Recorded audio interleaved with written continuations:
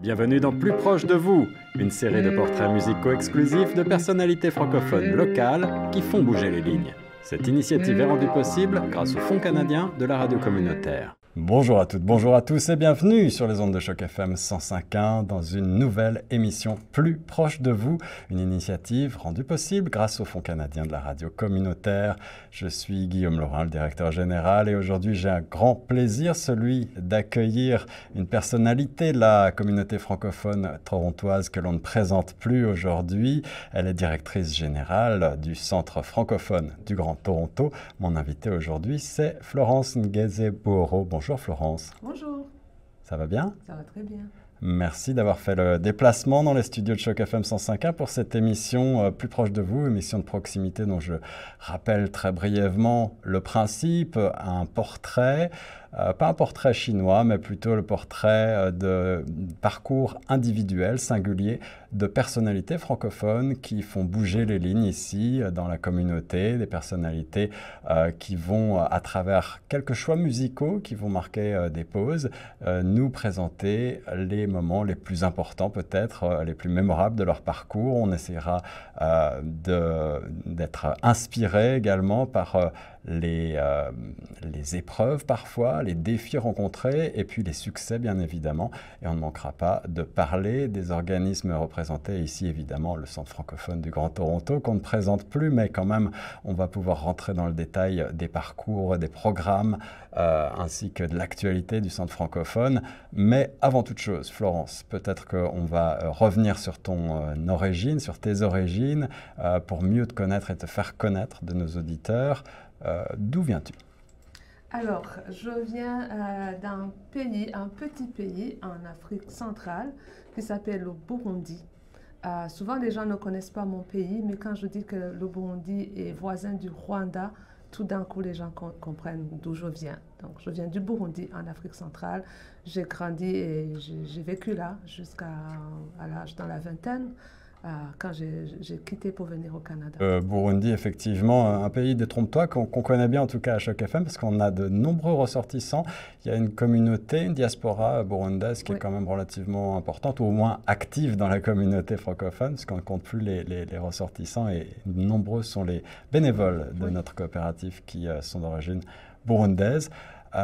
Quel souvenir est-ce que tu gardes en deux mots de tes premières années au Burundi? Je pense que, sans entrer trop dans le détail, il y a une situation de guerre, bien entendu, une situation politique difficile qui a dû nécessairement marquer ton parcours en deux mots. Alors, moi, le souvenir que je garde de mon pays ou de mon enfance, bon, c'est toute une histoire, tout un vécu. Mais en quelques mots, je dirais que c'est un très, très bon souvenir. C'est un souvenir très positif. J'ai eu une très, très belle enfance. J'ai grandi dans la famille royale du Burundi. On n'était pas comme la royauté à Buckingham Palace, mais on était quand même une famille assez aisée, assez connue. Assez respectée aussi quand je grandissais. Maintenant, les choses ont changé. Je pense que la royauté se dilue un peu avec le temps. Mais à l'époque, moi, quand j'étais jeune, on était presque vénérés. Quelle est la situation actuelle? Est-ce qu'il y a toujours cette royauté au pouvoir au Burundi ou est-ce que c'est désormais une république avec un président? Comment est-ce que c'est? Alors, c'est désormais une république et depuis très longtemps d'ailleurs. Alors, c'est pour ça que je disais que la royauté, la famille royale au Burundi est encore connue comme ailleurs, mais ce n'est plus la famille qui règne depuis beaucoup d'années. Je comprends. Par contre, mes amis, par exemple, vont référer à moi comme princesse. Ils ne disent pas Florence, mes amis proches disent princesse. Peut-être que je devrais t'appeler princesse alors. Non, mais il n'y a rien de... On est très honorés d'avoir une princesse sur les ondes de Choc FM. Non, c'est juste de parler de mon parcours. Donc, de ce vécu-là, j'en retiens... une enfance plutôt heureuse, plutôt épanouie, mais aussi j'étais une jeune, même depuis que j'étais très très très jeune, j'étais une personne qui était très consciente des inégalités sociales autour de moi. Je ne me contentais pas de mon statut, mais je voyais qu'il y a des jeunes qui auraient dû être mes amis ne pouvaient pas le devenir parce qu'on n'était pas dans la même classe sociale. Et j'étais toujours intriguée et peut-être dérangée par ce statut que je pouvais avoir, que les autres n'avaient pas. Puis je n'étais pas nécessairement confortable. Et je pense que c'est pour cela que je suis devenue une activiste par la suite. Et on va y revenir, bien entendu. Florence, pour marquer la première pause musicale, on va écouter une chanson canadienne que tu as sélectionnée pour nous, et ce qui va m'amener à te poser la question de savoir comment s'est passée la transition entre le Burundi et le Canada pour toi. Est-ce que c'est... J'ai lu quelque part que le Canada, tu ne l'as pas choisi, c'était les termes que tu donnais sur un média concurrent. Oui. Est-ce que, malgré tout, tu peux nous expliquer en quelques mots comment est-ce que le Canada s'est imposé à toi, puisque aujourd'hui c'est ton pays d'adoption et tu dis ne plus jamais vouloir le quitter, là. Absolument. Donc, c'est vrai que le Canada m'a choisi. Je ne l'ai pas choisi parce que je n'avais jamais imaginé qu'un jour je deviendrais réfugiée. J'avais une vie confortable. Je travaillais dans une banque commerciale. J'étais jeune juriste. Tout se passait très bien pour moi. Et puis, du jour au lendemain, il y avait une guerre civile au Burundi en 1994. Au même moment, il y avait le génocide au Rwanda. Donc, vraiment, la région était perturbée par des conflits politiques. Et puis, à ce moment-là, on a décidé de nous exiler, de partir vers un autre pays. Et ça faisait qu'on avait choisi le Canada après quelques recherches. Est-ce que tu te C'est comme sentais... ça que j'ai atterri au Canada comme réfugiée politique. Comme réfugié politique, est-ce que tu te sentais en danger, visé peut-être dans cette situation d'instabilité? Oui, à l'époque, oui, tout le monde était visé en fait. Il n'y avait pas de sécurité pour personne. Moi, je ne voulais pas partir du tout, mais j'ai été presque forcée à cause de mon statut et d'autres raisons. Et donc, je suis arrivée au Canada en 1994 comme réfugiée politique. Cette expérience m'a complètement changée, bouleversée, transformée. Elle m'a humanisée, je dirais. En anglais, ils disent humbled. Je ne connais pas le terme en français. Le terme que je peux trouver, c'est humanisé. Parce que vous comprenez que, comme je dis là, j'avais toujours vécu une vie très, très confortable. Et du jour au lendemain, je me trouvais parmi les plus vulnérables de la communauté. Je ne parlais pas anglais à l'époque, complètement vulnérable, puis sans ressources, à l'aide sociale. J'ai vécu dans un shelter. Wow. Donc, ça m'a complètement transformée. J'ai été sans logement, j'ai été sans nourriture à l'époque. Ça, c'est des parcours vraiment humains, très intéressants, qu'on retrouve à plusieurs reprises dans cette émission Plus proche de vous, des gens qui, effectivement, sont arrivés pour différentes raisons, et parfois en tant que réfugiés, parfois pour avec d'autres statuts, mais qui ont dû, entre guillemets, repartir à zéro. Et on le dit bien souvent pour les nouveaux arrivants, il faut accepter d'une certaine manière de recommencer, peut-être professionnellement tout simplement, mais un petit peu plus en bas de l'échelle. J'imagine que cette expérience personnelle t'a aussi beaucoup servi ensuite pour aider à accompagner les nouveaux arrivants dans leur parcours individuel. Oh, absolument, c'est cette expérience-là. Je serai toujours reconnaissante du fait d'avoir été réfugiée un jour parce que jusqu'à aujourd'hui, là, je suis canadienne depuis très longtemps. Mais dans mon cœur, il y a un coin d'une femme réfugiée, une femme qui n'a pas de ressources. Et je pense que c'est pour cela que désormais, je me bats à corps et âme pour améliorer les conditions, que ce soit des immigrants, que ce soit des francophones. En général, mon combat porte toujours autour de l'amélioration des conditions de vie des personnes les plus vulnérables de nos communautés. Et c'est quelque chose que je suis très reconnaissante d'avoir vécu ça. Sinon, j'aurais jamais en fait été transformée de cette manière-là. On va écouter donc Céline Dion que tu as sélectionnée pour nous pour marquer une première petite pause musicale, quelques notes de Sans attendre. Peut-être un mot pour avoir choisi Céline. Est-ce que c'était déjà une artiste aimée, célébrée au Burundi? Est-ce que tu l'écoutais déjà à l'époque? Oui, écoute, on a toujours, tout le monde, en fait, le monde entier connaît Céline Dion. Star internationale. Oui, c'est une star internationale. Je l'ai toujours écoutée, j'aime beaucoup, beaucoup sa voix. Elle me berçait toujours. Et puis, cette chanson, je l'ai choisie parce qu'elle parle d'attendre, de la patience, de vraiment là, cette notion que tout n'est pas toujours là au bon moment et que dans la vie, il faut savoir attendre pour les bonnes choses. En fait, si vraiment ce qui nous arrive est tellement bon, il faut pouvoir attendre pour ces événements-là ou cet amour-là dont on rêve ou cet emploi-là de rêve. Voilà, c'est pour ça que j'aime la chanson. Et ben voilà, peut-être une première leçon apprise et un premier enseignement en tout cas, un premier jalon dans ton parcours qui peut inspirer nos auditrices et nos auditeurs. On va écouter quelques mots de Céline Dion, Sans attendre, sur les ondes de choc.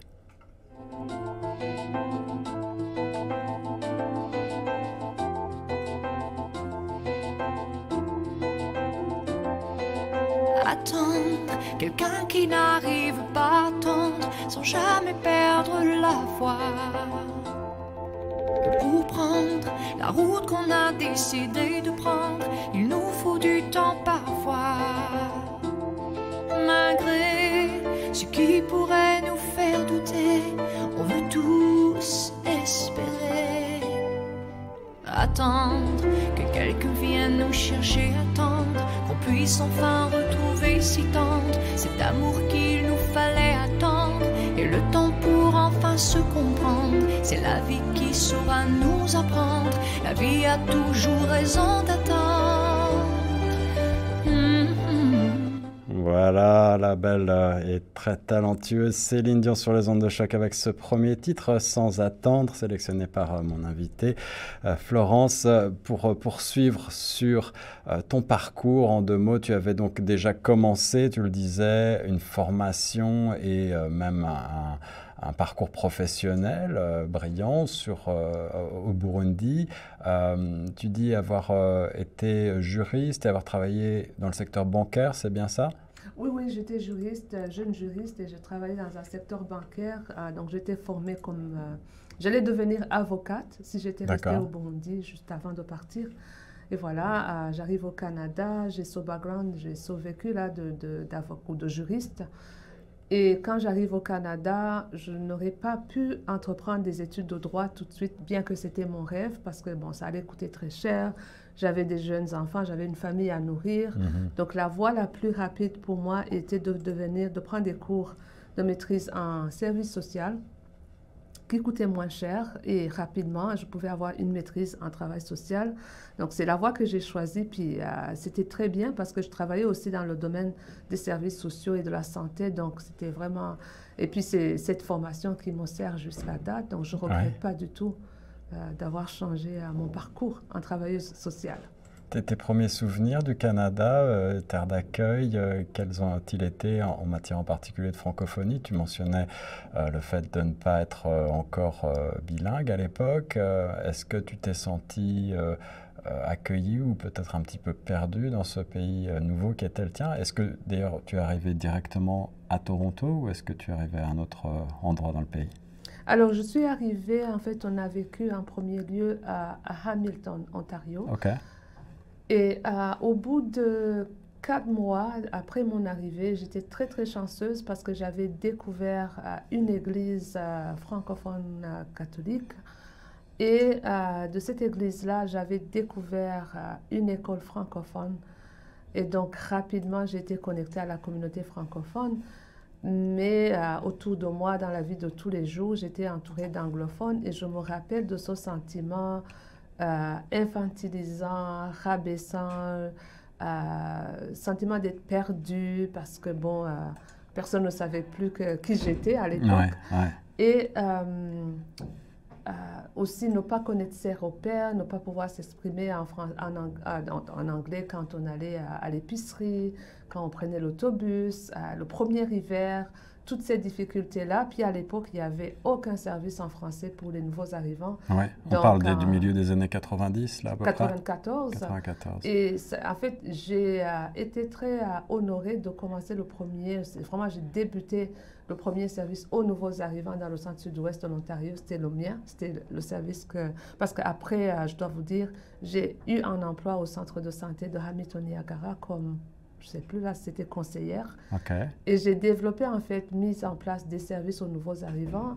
Et là, avec mon service, beaucoup de nouveaux arrivants qui venaient d'autres pays, du Congo, du Tchad, du Burundi, du Rwanda, ont commencé, en fait, à arriver à Hamilton en suivant les services qu'on offrait au centre. Et c'est comme ça que les services aux immigrants se sont développés par la suite à travers l'Ontario. Il y avait un grand manque, j'imagine, à cette époque-là.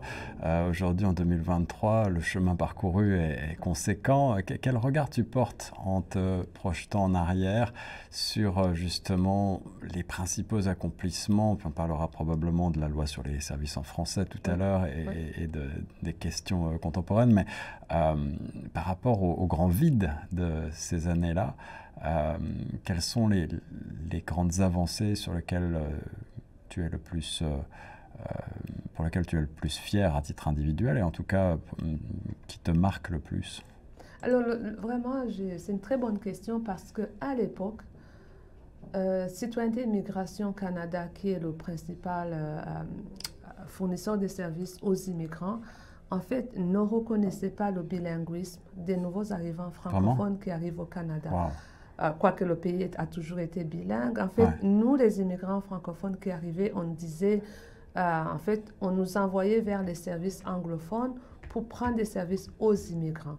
Donc, et je me rappelle, cela, j'avais commencé tout un combat, en fait, en disant non, les nouveaux arrivants sont des personnes bilingues qui devraient être intégrées dans la francophonie.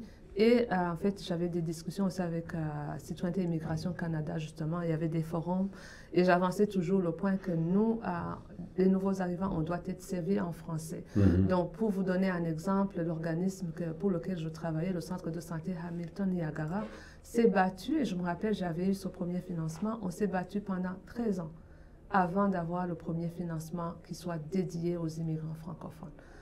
Et donc, c'était un financement, excuse-moi, t'interromps, un financement du gouvernement du Canada ou de l'Ontario? Gouvernement du Canada, parce que c'est Citoyenneté et Immigration Canada au niveau fédéral qui finance les services aux immigrants. Et donc, ça nous a pris 13 ans. À l'époque, je me rappelle, le centre pour lequel je travaille, mais aujourd'hui, le Centre francophone de Toronto, avait eu un financement avant nous, peut-être 3 ans avant le centre de Hamilton. En tout cas, tout le monde se battait pour avoir du financement. Maintenant, le financement est tellement courant que les gens, les nouveaux arrivants, les immigrants, ils peuvent trouver des services en français, pas dans toutes les villes, mais quand même assez. Les gens ne s'imaginent pas qu'il n'y a pas très longtemps, en fait, là je parle de 94, à peu près 30 ans, il n'y avait aucun service en français pour les immigrants francophones. C'est aberrant. Une longue lutte de citoyens, de personnes de la communauté comme toi qui ont effectivement été les avocats, les militants, j'allais dire, de la cause francophone. Comment est-ce qu'on expliquait à l'époque qu'il n'existait quasiment pas de service pour les francophones, alors bien même que le pays est bilingue et que cette richesse que constitue l'immigration francophone, je pense, était déjà quand même prise en compte d'une certaine manière. En tout cas, le marché de l'emploi bénéficiait déjà de cette main-d'œuvre bilingue et l'immigration bilingue constitue une force, une richesse, encore une fois, considérable pour un pays comme le Canada. Bon, écoute, je ne me rappelle plus vraiment exactement des arguments. En fait, il n'y en avait pas. C'était juste un manque de conscience et de sensibilisation à l'époque.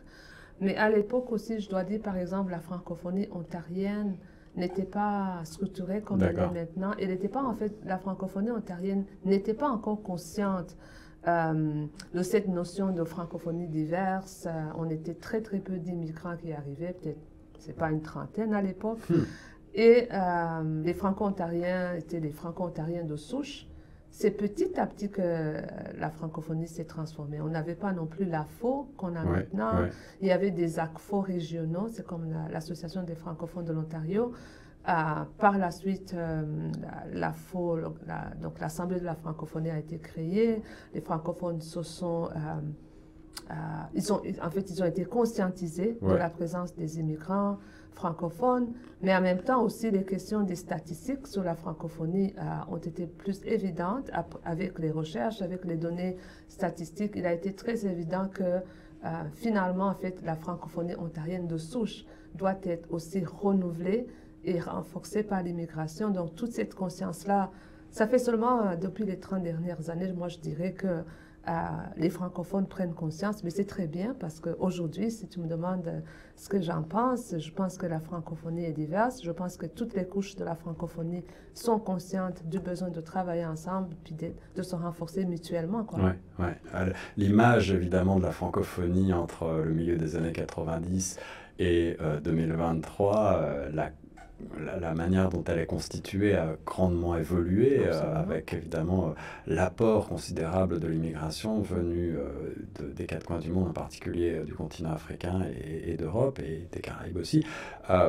Est-ce que dans ton parcours et d'une manière générale, tu veux nous dire deux mots sur peut-être également les questions de lutte contre les discriminations ou d'incompréhension culturelle, en tout cas, d'une partie de la population. On ne parle pas nécessairement de la francophonie, là, mais vis-à-vis justement de cette immigration récente, j'imagine que certains freins ont aussi pu être la raison pour laquelle la francophonie n'a pas été mise en avant comme elle aurait pu l'être, peut-être à cette époque-là. Alors oui, écoute, je peux vous donner quelques anecdotes là que je garde en mémoire. Je donne un exemple d'incompréhension en fait, ou de manque de connaissances. Quand mon fils, à l'époque, il avait 4 ans, il avait commencé l'école primaire, non, la maternelle, dans une école francophone à Hamilton. Il était quasiment le seul noir. Vous ne pouvez pas croire ça aujourd'hui. Là aussi, les choses ont bien évolué. Presque difficile de croire, parce que là, les écoles francophones sont tellement diverses. Ah oui. À l'époque, il était le seul noir dans une école d'à peu près, je pense à peu près, ils étaient 300 élèves, je ne me rappelle plus. Alors, à la récréation, des jeunes ont commencé à chanter « He's black, he's black, he's black ». Parce que pour eux, c'était comme tout un événement. Très surprenant, Et donc, mon fils est venu à la maison en pleurant. Il dit, maman, ils ont dit que je suis black, je ne vais pas être noir.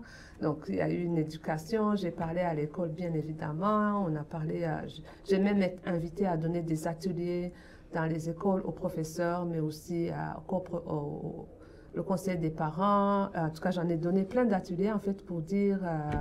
D'abord, c'est pas correct de ne pas accueillir un enfant noir juste parce qu'il est noir, de ne pas l'accueillir, au moins de le taquiner. Et donc, par la suite, d'autres combats comme ça, je te donne une autre anecdote que tu ne croiras pas, mais à l'époque, j'étais conseillère, je me rappelle, je travaillais auprès d'un groupe de personnes âgées qu'on appelait le Club de l'âge d'or à Hamilton. Je te jure, ils n'avaient pas vu des noirs. Et là, je vous parle dans 96 à peu près. Je suis allée les servir parce qu'il y avait comme des dîners communautaires. Et je me rappelle, des membres de ce groupe-là ont approché le curé ou la paroisse pour dire qu'ils ne veulent pas être servis par une noire. Moi, j'ai vécu ces moments-là.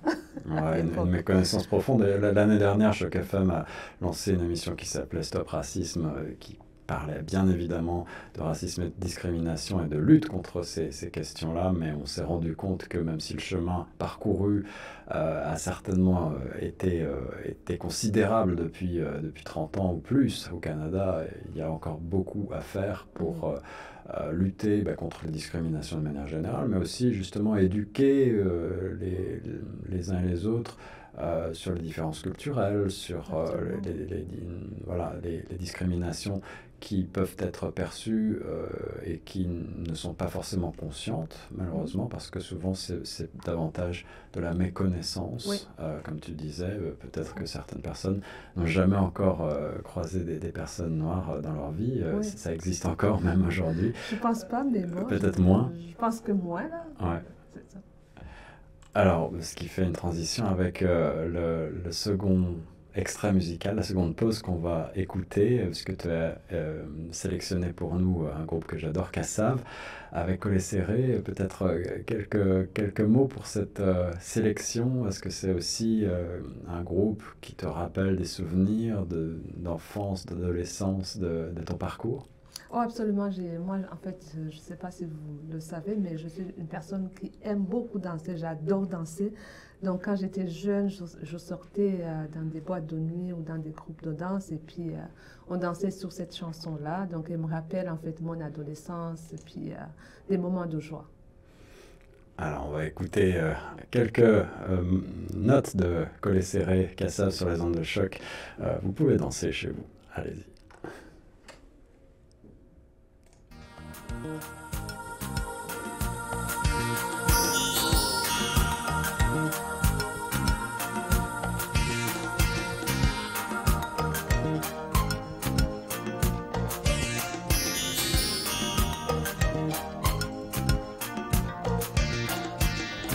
moi, pas tes que jamais comprendre, qui m'a dégueulé voir, en le temps passé, je sais dit ou pas même changer.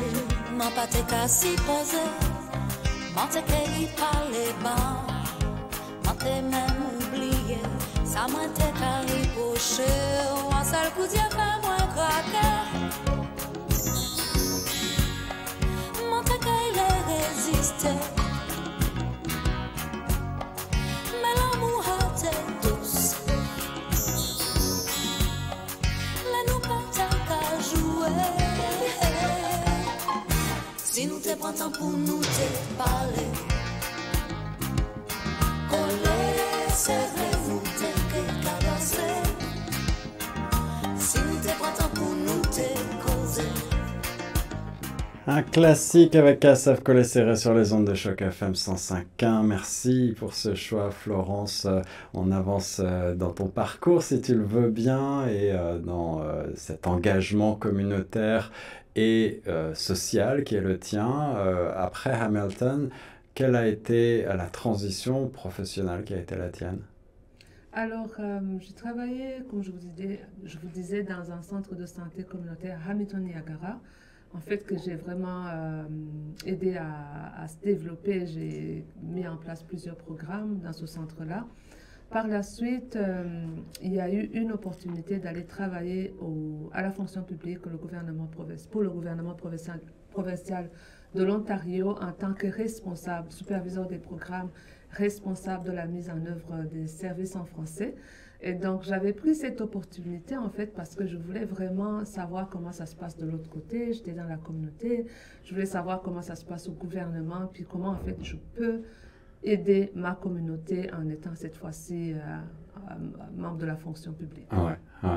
Et quels ont été les principaux enseignements, les principales observations que tu as pu faire de l'intérieur? Alors, encore une fois, je pense que c'est peut-être ma destinée là, de toujours trouver des situations que je dirais opaques ou obscures. En fait, encore une fois, j'ai dû mener un combat à l'interne et à l'externe pour faire respecter la loi sur les services en français, parce que, bon, même si je travaillais pour le gouvernement, ça ne veut pas dire que mes collègues qui, en fait, superviseurs des programmes, seraient aussi, en fait, responsables de la mise en œuvre de la loi sur les services en français. Je trouvais que même mes collègues ne connaissaient pas la loi. Ouais. Donc, maintenant, j'ai commencé tout un combat à l'interne pour éduquer, sensibiliser mes collègues, maintenant pour leur dire, les agences que vous financez devraient, en fait, respecter la loi quand elles servent des communautés désignées sous la loi des services en français. Donc, j'ai mené ce combat-là, j'ai conduit plusieurs sessions de sensibilisation, d'éducation du public. Et je suis fière que quand j'ai quitté la fonction publique en 2017, la centaine des agences qui étaient financées par mon bureau régional nous remettaient annuellement un plan sur les services en français. Je les évaluais, tous ces plans-là, puis en fait, je m'assurais que ces agences-là, là j'avais le mandat vraiment, je m'assurais moi-même que ces agences-là soient en fait redevables aux communautés qui desservent, parce qu'une agence reçoit du financement, Ouais. il faut donner les services en français aux communautés. Ouais. Donc, j'avais ce rôle-là que j'ai vraiment bien aimé. Et puisqu'on discute de la loi sur les services en français, récemment dépoussiérée, j'allais dire, quel est ton regard en quelques mots sur le travail qui a été fait, sur les débats qui ont eu lieu autour de ces questions-là, de manière à justement faire mieux coller cette loi avec les réalités qui sont les nôtres en 2023 et notamment les composantes de la francophonie beaucoup plus multiculturelles, beaucoup plus tournées vers l'immigration. Est-ce que tu penses que là aussi ces composantes-là ont bien été comprises et prises en compte dans la nouvelle loi qui est présentée? Oui, alors, ça, en fait, c'est un règlement qui d'ailleurs a été mis en œuvre tout récemment, là, depuis le 1er avril 2023. Ouais. J'aime beaucoup le travail qui a été fait. Moi aussi, j'ai participé aux consultations sur la modernisation de la loi sur les services en français. En fait, tellement de bon travail a été fait parce que je compare à l'expérience que j'avais quand je devais faire respecter la loi. Aujourd'hui, les agences qui desservent les communautés désignées sont obligées de démontrer au public qu'ils font ce qu'on appelle de l'offre active. Donc, ils doivent avoir par exemple des affiches, avoir une personne à la réception qui dit bonjour, ici on a les services en français. Donc, les francophones ne doivent plus chercher, ce qui n'était pas le cas avant. Les agences sont aussi redevables pour produire en fait, des rapports sur les services en français ou en fait les services qu'ils offrent, mais aussi il y a toute la question de la main-d'œuvre, des financements qui vont être aussi octroyés par le gouvernement de l'Ontario, en fait, pour former de la main-d'œuvre, parce que c'est vraiment, si on veut faire respecter la loi, il faut aussi accroître la main-d'œuvre qui va travailler à la fonction publique ou dans ces agences-là anglophones. Là, on ne parle pas des francophones, on parle des agences anglophones qui doivent livrer des services en français, qui ne sont pas du tout conscients, qui disent nous, on n'a pas les ressources et tout. Ce que je déplore, c'est que, en fait, si une agence qui doit livrer des services en français ne le fait pas, en fait, il n'y a aucune sanction. Donc, ce n'est pas comme cette agence-là va perdre du financement ou quoi que ce soit. Donc, peut-être que dans la nouvelle version de la loi ou de la modernisation, peut-être qu'il y aura une contrainte qui pourrait être imposée à cette agence-là qui va décider de ne pas servir les francophones. On peut rappeler qu'il est possible d'émettre des plaintes auprès de l'Ombudsman. Il y avait le commissariat au service en français il y a quelques années et son pendant actuel. Mais il est vrai effectivement que bien souvent les plaintes ne se suivent pas nécessairement de transformation importante ou pérenne. C'est une bonne remarque effectivement pour faire avancer la cause francophone. Florence, on va continuer dans ton parcours et sur ces questions passionnantes pour la francophonie, ton engagement notamment social, avec peut-être un focus. On va aller vers le centre francophone du Grand Toronto, le centre francophone de Toronto quand tu en as pris la direction. Explique-nous quelles ont été les circonstances qui t'ont amené dans la ville reine et comment est-ce que tu as pris la direction du centre? Alors, bonne question. Je travaillais, comme je vous disais, pour la fonction publique de l'Ontario pendant une dizaine d'années. Je m'ennuyais de la communauté francophone.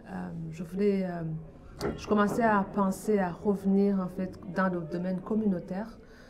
Et une opportunité est arrivée là pour diriger le centre francophone de Toronto à l'époque. J'ai appliqué et je pense que j'étais vraiment parmi les meilleures candidates qu'ils auraient pu avoir. Et j'ai eu le poste et j'étais très, très enchantée en fait de pouvoir revenir dans la communauté avec l'expérience que j'avais acquise maintenant à la fonction publique, combinée avec mon expérience communautaire. Je pense que je savais déjà que je peux apporter beaucoup à la francophonie de Toronto. Alors, le travail que tu as effectué au sein du Centre francophone du Grand Toronto est considérable. Je pense que tout le monde salue les accomplissements et les avancées qui ont été celles de ton équipe et toi-même depuis ces dernières années. Quelle était l'image, ou en tout cas, quel genre d'organisme tu découvres lorsque tu prends les rênes du Centre francophone à l'origine? Donc, à l'origine, moi, tu sais, je connaissais toujours le centre francophone depuis que j'étais à Hamilton, parce qu'ils étaient des collègues. J'ai toujours admiré la capacité et le potentiel du centre francophone de Toronto à l'époque, parce qu'ils sont dans la ville reine. Il y a beaucoup plus de francophones ici, la francophonie est diverse, beaucoup plus d'opportunités. Donc, moi, en fait, c'est cet organisme-là qui m'a attirée. Quand j'arrive au centre en 2017, le centre avait connu quelques turbulences, ce qui arrive à n'importe quel organisme en fait. Mais il n'y avait rien de majeur vraiment. Je pense que les médias ont amplifié beaucoup plus les enjeux que traversait le centre, notamment le départ des médecins à l'époque. bon, c'est des choses qui arrivent. Alors, il faut rappeler à nos auditeurs peut-être le contexte en 2 mots, mais surtout rappeler qu'effectivement le Centre francophone, de par son mandat, a de très nombreux services, notamment médicaux, pour la communauté francophone, qui sont d'ailleurs uniques en leur genre dans la communauté, dans le Grand Toronto, et qui servent beaucoup de nouveaux arrivants, beaucoup de monde, mais qui sont peut-être toujours encore insuffisants. Hein, on aimerait toujours en avoir plus. Ouais, tu prends donc la direction de ce centre dans ce contexte-là. Les équipes qui étaient en place t'ont suivi également? Bon, il y en a quand même, je dirais, quelques gestionnaires qui sont partis, c'est normal. Chaque fois qu'il y a une nouvelle personne, il y a des gens qui ne se retrouvent pas nécessairement dans la vision de la personne ou sa façon de faire. J'arrivais avec plein d'énergie, je voulais transformer le centre, je voulais agrandir le centre. Bon, ça arrive, des gens sont partis, d'autres sont restés, notamment ma collègue VP, Aïssa Noto, que vous avez déjà interviewée. Ouais. Et plusieurs autres personnes en fait. Et donc, comme moi je savais au moins 2 choses. Je savais que le centre francophone a tellement un grand potentiel. C'est comme un joyau de la francophonie. Et je me disais, j'ai la chance, j'ai l'opportunité de vraiment transformer cet organisme en un très grand organisme. Je suis fière de ce que le centre est devenu. On a quasiment doublé le financement depuis 6 ans. On était à 8 millions, on est rendu à 17 millions de financement. On a doublé le nombre de points de service servis. On a doublé le nombre de clientèles servies. En fait, quasiment là, en bout de 6 ans là, même les ressources humaines, on a doublé les chiffres. Tout a été redoublé là. Des chiffres qui donnent presque le vertige. Vous avez plus de 100 employés, vous avez 200, plus de 200 employés, vous avez servi plus de 50 000 personnes, je crois, lors de votre dernier bilan. C'est très impressionnant, surtout quand on connaît la composante francophone de la ville reine.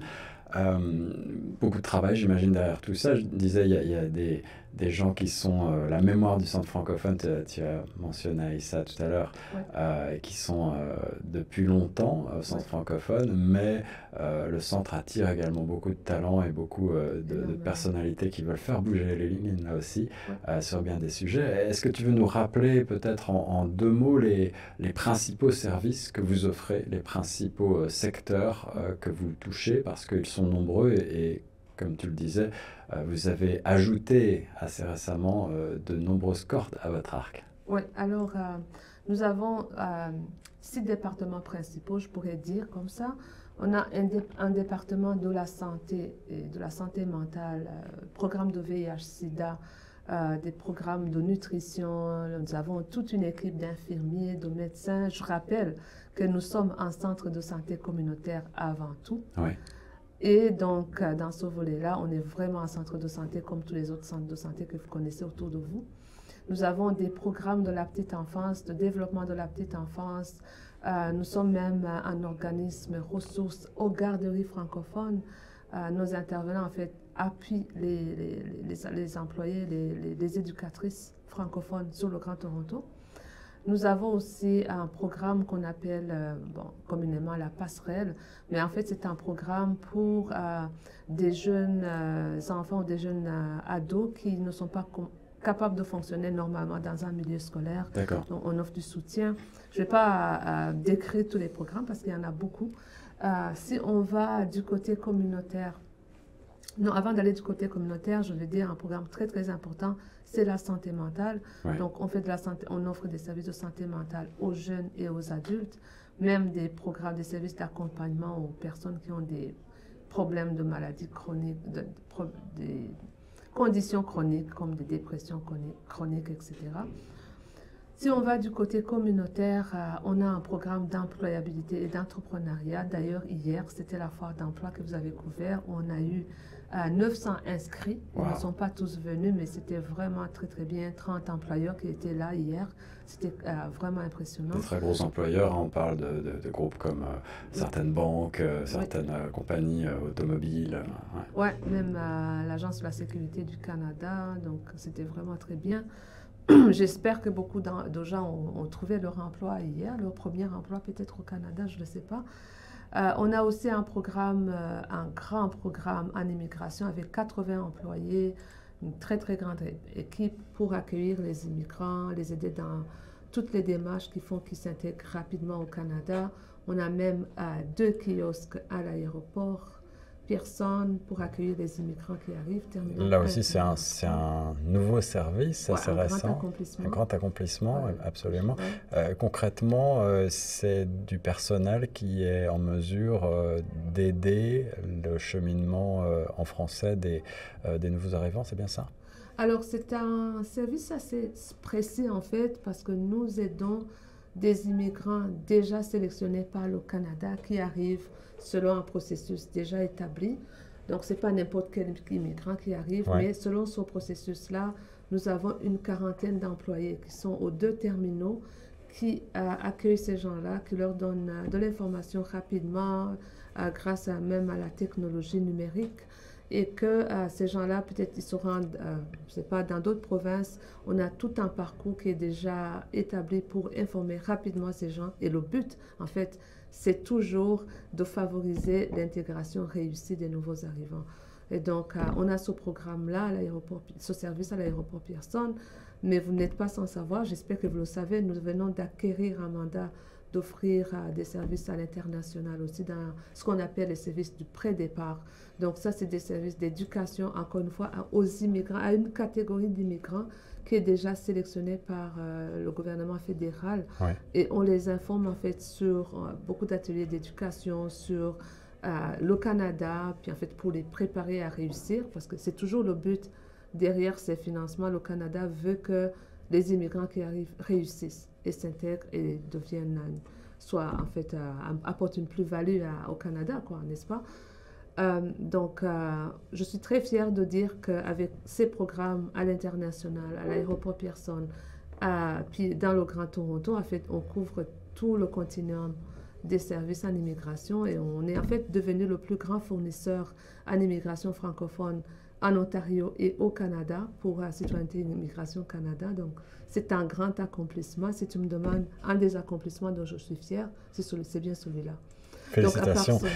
J'aimerais revenir et insister peut-être sur l'aspect de services sociaux qui est le vôtre, le mandat, pour préciser aux auditrices et aux auditeurs qui ne le savent pas que tous ces services que tu mentionnes, si précieux, sont des services bien entendu gratuits. Gratuits, tout est gratuit, oui. Oui, bien sûr. C'est important de le souligner.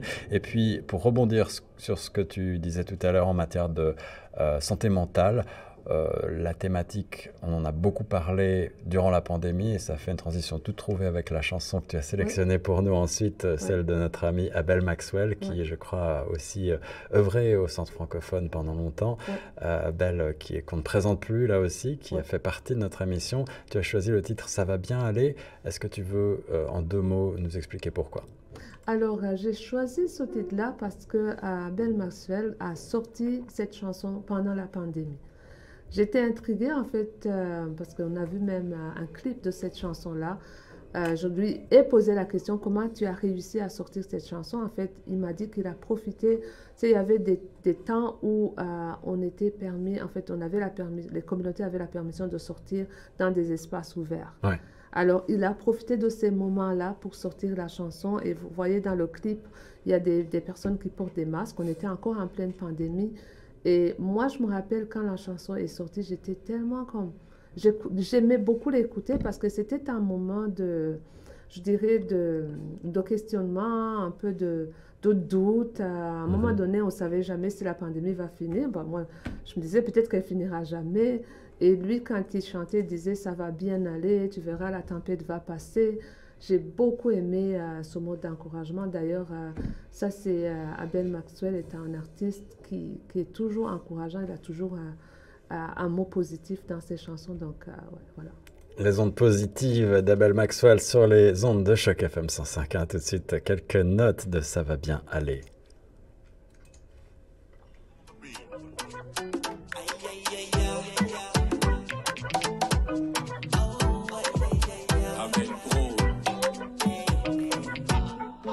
Ça va bien aller.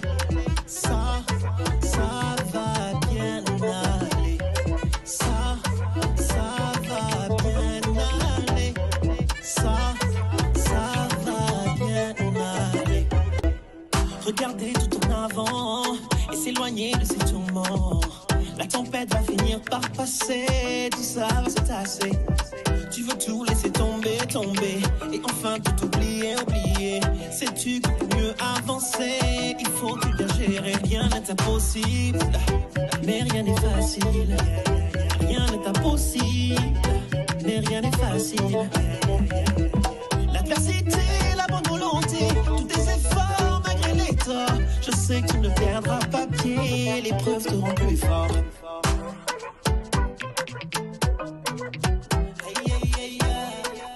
On continue dans ce portrait de notre invité sur les ondes de Choc FM 105.1 dans le cadre de l'émission Plus proche de vous avec Florence Nguedze-Booro, mon invitée, donc directrice générale du Centre francophone du Grand Toronto. Florence, à ton échelle personnelle et à l'échelle du Centre francophone du Grand Toronto, quels sont les souvenirs de cette difficile période de la pandémie? On parle de la première du nom, on ne sait pas vraiment si on en est complètement sorti malheureusement, mais quelles ont été les difficultés rencontrées et en deux mots la manière dont vous avez pu les surmonter pour continuer à offrir les programmes qui sont les vôtres?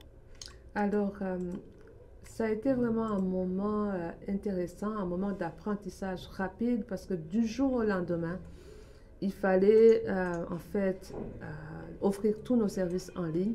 On n'était pas nécessairement préparés ni équipés, mais moi, je me rappelle, puis je suis tellement reconnaissante à mes services de IT parce que une semaine plus tard, tous nos services avaient basculé en ligne. On avait été capable d'équiper, vous imaginez, à peu près, on avait une équipe qui restait en personne, mais plus de 100 employés étaient déjà équipés en ligne avec des ordinateurs à la maison parce qu'il fallait aussi transporter des chaises, n'est-ce pas, puis des tables pour ces gens-là. L'Internet aussi, parce qu'il y en a qui n'ont pas l'Internet assez puissant chez eux. Donc ça, c'était déjà tout un défi technique. Mais l'autre défi ou la résilience que j'ai noté, c'était une équipe qui se transforme rapidement, qui se met au service des autres alors qu'eux-mêmes vivent cette tragédie, si je vais l'appeler comme ça. C'est la pandémie, c'était quand même tragique. Au niveau individuel, bien sûr. Et puis, une équipe des soins de santé primaires dirigée par ma collègue Estelle Duchamp, en tout cas, je leur serai toujours reconnaissante parce qu'ils ont tenu le fort, ils sont jamais restés en arrière, se présenter quand c'était tellement difficile de se présenter même en autobus. Ils sont venus ou en train, peu importe comment ils se rendaient au bureau. Ils étaient au bureau à tous les jours en train de servir la communauté. Ça, j'ai trouvé tellement impressionnant. Et puis, au niveau personnel, il y a une chose que j'ai faite dont je suis fière. Je ne suis pas restée en arrière. Je suis allée sillonner les rues. J'ai pris des repas. On avait fait faire des repas chauds, des fois chez Chef Guy Dongué, notre fournisseur, ou d'autres. Et je sillonnais les rues à servir des repas, à amener des repas notamment aux personnes âgées qui n'auraient pas pu sortir. Mes collègues, bien sûr, allaient déposer des paniers de nourriture. Et je partais avec eux. Ce moment-là m'a transformée parce que je ne voulais pas être la PDG qui reste en arrière, mais je voulais être aussi sur le terrain. Sur le terrain, encore une fois, on retrouve ton amour de l'approche sociale et humaine qui est un fil conducteur, une sorte de fil rouge de ton parcours personnel et professionnel depuis les origines au Burundi.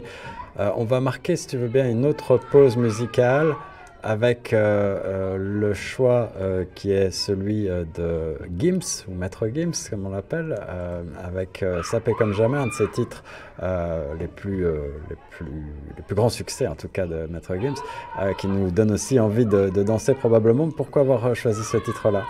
Encore une fois, parce que j'adore danser et moi, j'ai des jeunes enfants à la maison, donc ils chantent des chansons, ils écoutent des chansons modernes, j'aime écouter ce qu'ils chantent et j'aime rester au courant des nouvelles tendances, des nouvelles danses même. Donc voilà, ce sont des chansons qui me rajeunissent. Gims sur les ondes de choc, quelques notes.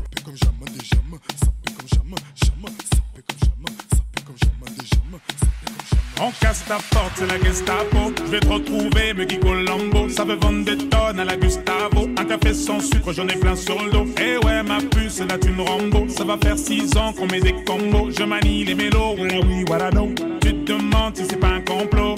Oh les mains, sauf les mecs ça fait en bas les mains. Balmain, ça roule façon Aladdin. Oh les mains, sauf les mecs ça fait en bas les mains. Balmain, ça roule façon Aladdin. Passe avant minuit, je vais te faire vivre un dream. Avance sur la piste, les yeux sont rivés sur toi, les habits qui brillent, tels les mille et une nuits, Paris est... Toujours sur les ondes de Choc FM 105.1, ici Guillaume Laurin, dans Plus proche de vous avec mon invité Florence Ngueze-Buoro, directrice générale du Centre francophone du Grand Toronto. Et on aborde déjà la dernière partie de ce portrait et on va continuer d'évoquer les services récents en particulier qu'offre le Centre francophone. Florence, on parle évidemment beaucoup ces derniers temps avec l'inflation galopante que l'on connaît et la crise immobilière à Toronto, crise du logement. On parle beaucoup de problématiques autour des loyers, du logement trop cher, presque inabordable pour beaucoup de nos concitoyens. Vous avez développé des services sur ce thème au Centre francophone depuis maintenant 3 ans. Est-ce que tu veux nous expliquer de quoi il s'agit ? Oui, alors depuis 3 ans, le Centre francophone s'est donné d'un plan d'action sur le logement. C'est un plan d'action qui s'étale sur 10 ans. Et dans ce plan d'action, on a des axes stratégiques. Pour les 3 premières années, notre axe stratégique était de développer des services directs en logement. Parce que, vous pouvez le croire ou non, on n'avait pas encore des services directs en logement, quoique on avait toujours eu des demandes. Service direct en logement, pour être plus concret, de quoi s'agit-il? D'accompagnement, de traduction, de navigation, compréhension du système realtor local, c'est ça? Oui, c'est ça. En fait, c'est tout ce que vous venez de dire. C'est vraiment un service qui permet à une personne de nous appeler pour nous dire je suis sans logement ou je suis presque sans logement, comment pouvez-vous m'aider? Donc, ça peut être une liste des fournisseurs qui ont des logements, ça peut être un accompagnement, la navigation. On a même un service tellement spécial et puis je serais tellement contente si plusieurs personnes étaient au courant de ce service. Dans la région de Peel, nous sommes capables de donner même de l'aide financière qui peut aller des fois jusqu'à 6 mois de loyer pour une personne, par exemple, il y a des critères quand même très précis pour cela, oui. Mais une personne peut s'être retrouvée en arriérage de loyer pendant une certaine période, ou une personne pourrait avoir trouvé un logement, mais non pas le fameux premier dernier mois, qui est tellement dispendieux, et le centre a des ressources pour aider ces gens-là. Donc, je veux passer le mot à la communauté. Il faut absolument contacter le Centre francophone, le bureau de Peel, si les gens sont en manque de logement ou en crise de logement. À Toronto, on a des services de navigation, ça veut dire des services d'accompagnement. Des personnes qui, par exemple, vous imaginez, il faut appeler un fournisseur anglophone et la personne ne parle pas anglais, ça serait très difficile. Comme vous le savez, beaucoup de gens se font refuser comme ça. Donc, on fait des appels, on accompagne. Vous vous rappelez qu'on a un service d'aide juridique. Donc, nos avocats regardent au contrat notamment passé entre les bailleurs et les clients. On a toute une équipe à l'œuvre pour appuyer les francophones du Grand Toronto à trouver du logement parce que c'est devenu une crise majeure et la crise affecte les francophones, bien évidemment. Et à long terme, on a toute une stratégie de recherche pour, en fait, le but ou le rêve, c'est que le centre francophone puisse acquérir ses propres unités de logement abordables. J'allais justement aborder la question de tes rêves dans ce poste de direction générale du Centre francophone du Grand Toronto. On voit bien en passant d'ailleurs la justification du changement d'appellation du centre, puisque désormais vous touchez non seulement la ville reine, mais la région de Peel, la région de Mississauga, et vous êtes donc jusqu'à l'aéroport, évidemment, on en a parlé tout à l'heure. Vous agissez donc dans le Grand Toronto. je peux aussi peut-être mentionner que Choc FM va être fier de développer un partenariat avec le Centre francophone du Grand Toronto dans le cadre de notre projet Bienvenue à Toronto, destiné aux nouveaux arrivants et aux immigrants récents. Et on fera connaître davantage tous les services que tu as mentionnés, en particulier sur ces questions de logement si importantes pour les francophones nouveaux arrivants dans le contexte actuel. Quels sont justement les rêves, les projets que tu aimerais mettre en place dans les prochaines années? Si on se permet de rêver justement, Florence, quelle serait la vision d'avenir pour le Centre francophone et pour la francophonie torontoise d'une manière générale? Je t'aiguille un peu en mentionnant ce fameux projet, ce fameux rêve peut-être d'une maison de la francophonie, d'un quartier francophone. On a beaucoup parlé ces dernières années, depuis plusieurs décennies même, je pense, de ces questions-là dans la communauté. On se heurte toujours à beaucoup de difficultés pour rassembler les communautés multiculturelles francophones. On a tous le dénominateur commun de la langue, mais au-delà, c'est quand même très compliqué de rassembler les organismes existants, de rassembler les ressources existantes. Est-ce que le Centre francophone, qui a déjà cette position entre guillemets de leader du monde communautaire francophone local, partage ce rêve-là? Oui, absolument. Donc, moi, j'ai deux rêves profonds, sincèrement, en tant que leader du Centre francophone et leader en francophonie dans le Grand Toronto.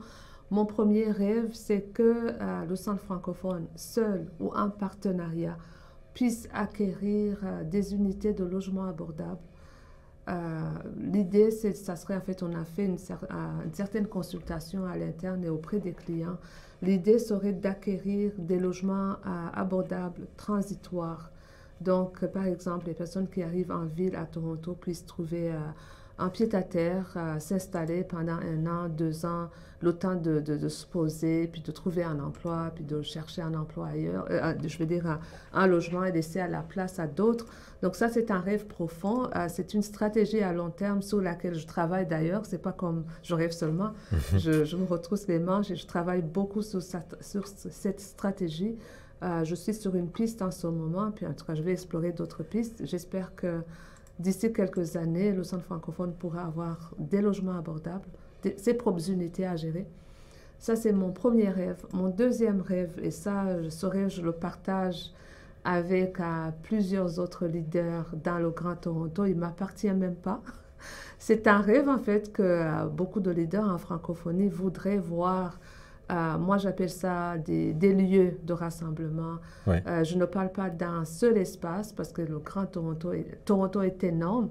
Ça serait impossible d'avoir juste un lieu de rassemblement. D'ailleurs, le Centre francophone est en train de mener justement en ce moment une étude sur les lieux de rassemblement dans le Grand Toronto. Ce qui est apparu, c'est qu'il devrait y avoir une série d'endroits de rassemblement, de places de rassemblement. Mais oui, c'est peut-être plus souhaitable d'avoir plusieurs endroits. Exact. Comme peut-être un endroit dans une école même, comme vous êtes ici ou ailleurs, un endroit central où des organismes se rencontreraient, auraient des bureaux ou des lieux communs et puis des lieux séparés. Donc, c'est le grand rêve de tout le monde. Nous sommes en train de mener cette recherche-là. Nous avons déjà rassemblé plusieurs partenaires. L'idée, c'est de produire un rapport final qui sera déposé à notre bailleur de fonds Patrimoine canadien. Et après, c'est Patrimoine canadien qui va décider si oui ou non Toronto, finalement, va avoir son lieu de rassemblement. Mais je peux vous dire que le bailleur de fonds est aussi très ouvert. Tous les responsables des grandes organisations à Toronto sont ouverts sur le quoi. Maintenant, il faut décider du comment. Et comment, c'est toujours la grande question. Florence, l'émission qui est la nôtre arrive déjà malheureusement à sa fin. On a abordé un certain nombre de problématiques et de questions qui, je pense, intéressent beaucoup de francophones et même de francophiles de la région du Grand Toronto, nous vous arrivons ou établis de longue date. C'était un grand plaisir de t'avoir dans le cadre de notre émission Plus proche de vous.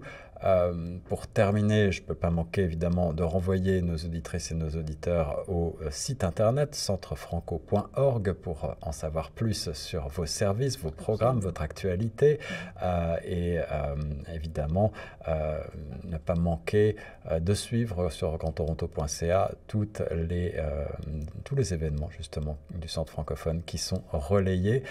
J'ai eu un grand plaisir à t'écouter. Tu as choisi pour terminer un titre de Taïk. Est-ce que tu veux peut-être nous dire quelques mots sur ce titre assez récent? Oui, alors encore une fois, j'aime beaucoup les chansons modernes. J'aime rester au courant des tendances en musique. J'adore beaucoup Taïk parce qu'il chante en français. J'aime beaucoup les rythmes. Et cette chanson, Le Temps, je l'aime beaucoup parce qu'elle me parle, parce que moi, je suis un produit du temps. Je suis une personne qui est passée à travers des moments tourmentés. Et le temps m'a réparé. Le temps me répare toujours. Et j'ai déjà appris que vraiment, au moment de la fin, là, peu importe ce dont par quoi on passe, des moments de solitude ou de dépression ou de je sais pas quoi, en réalité, le temps nous répare toujours. Un beau message d'espoir, un bel enseignement, beaucoup de beaux enseignements d'ailleurs dans cette émission Plus proche de vous consacrée à mon invité du jour, Florence Ngeze-Bouoro, directrice générale du Centre francophone du Grand Toronto. On se laisse avec Taïk, Le Temps sur Choc.